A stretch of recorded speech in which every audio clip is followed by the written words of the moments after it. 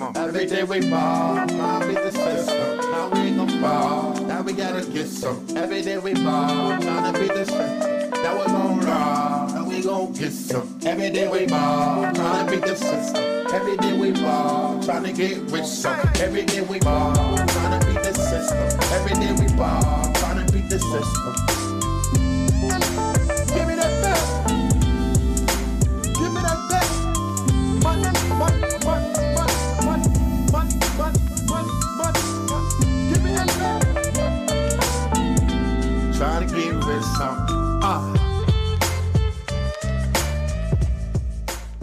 Welcome to another deep dive. Today we're plunging into a really compelling narrative. It starts in, well, the pretty stark reality of urban struggle and then just blossoms into this powerful movement for justice. That's right. We've got this fascinating collection of source material, almost like, pieces of a larger story, all centered around the remarkable transformation of one person, Oliver Menace. Yeah, and our mission, really, for this deep dive is to pull out the key insights, the sort of universal principles from these sources.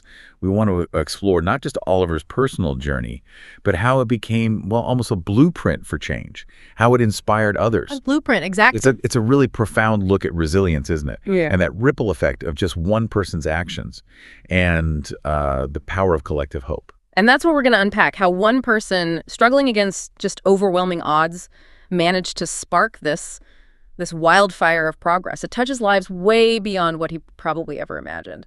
Get ready for some truly insightful stuff here. So, Oliver's beginnings. Where do we start?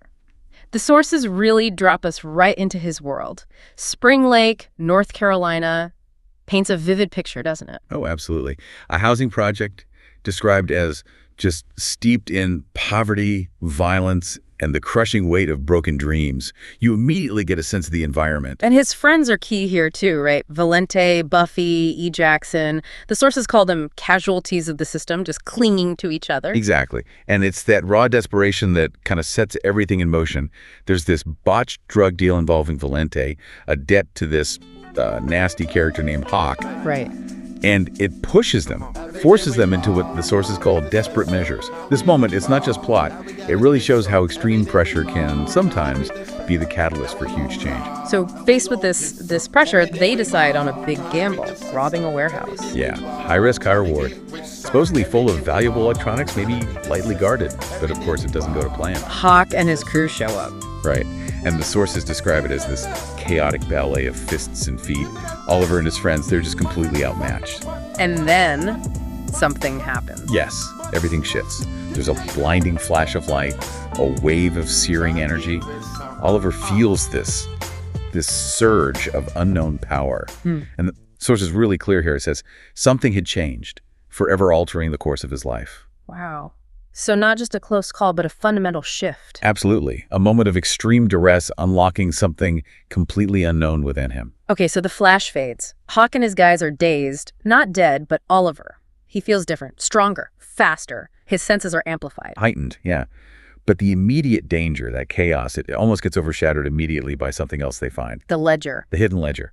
Revealing Hawk's operation is just the tip of the iceberg. It's tied into this whole network of corruption, reaching high up into the city. Officials, business people, even neighbors implicated. So a small-time robbery suddenly becomes entanglement in this massive web of deceit. Exactly. Exponentially complicates things. They're not just dealing with Hawk anymore. They're, as the sources say, sitting on a powder keg of information. Information that could bring down the system, but also bring massive danger down on them. Right. Huge risk. And they realize Hawk is just a pawn for someone much bigger, much more ruthless, the Maestro. It really underscores how seemingly local crime can just be a symptom of something much deeper, much more organized. So Oliver's got these new powers, completely unpredictable, and this incredibly dangerous information. How does that affect the group dynamic, his friends? Well, predictably, it puts a huge strain on them. The sources talk about fractured loyalties. There's the fear of exposure, obviously, the moral questions about what they're doing, what they should do, right, and the constant threat of the Maestro hanging over them. You see different reactions, too. Valente's worried sick about his family. E. Jackson is wrestling with the morality of it all. And Buffy, She's described as pragmatic, almost chillingly strategic. Shows how people react differently under that kind of extreme pressure. Definitely.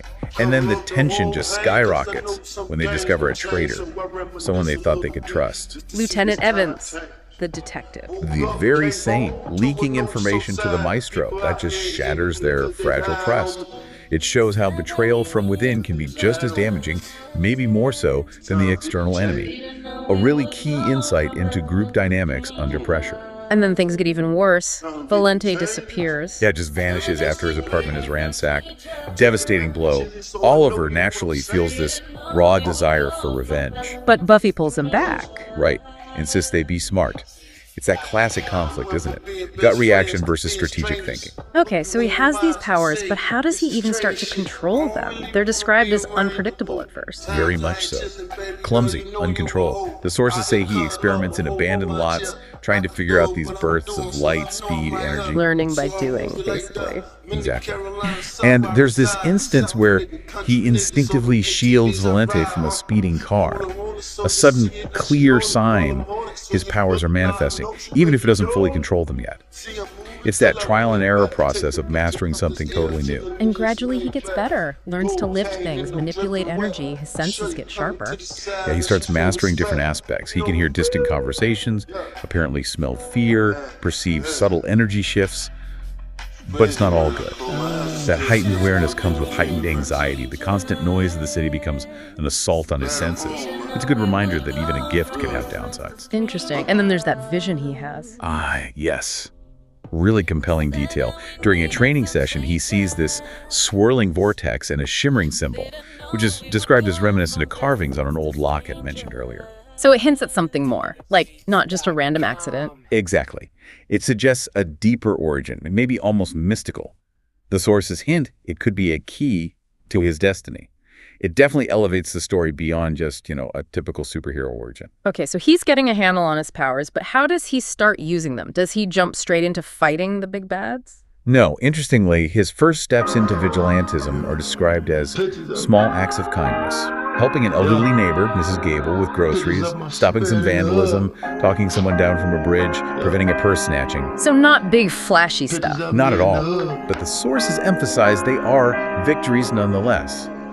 And these small acts start to create a subtle shift in the neighborhood, a kind of cautious optimism. It shows how small, consistent actions can build momentum. Precisely. And it leads to this broader point. Oliver isn't just reacting to crime anymore. He starts thinking bigger, becoming a master of prevention, using stealth, deception, becoming a sort of phantom, reading the city's cues. He's evolving, not just reacting, but anticipating. Yeah, realizing that true effectiveness might mean subtle intervention, not just brute force.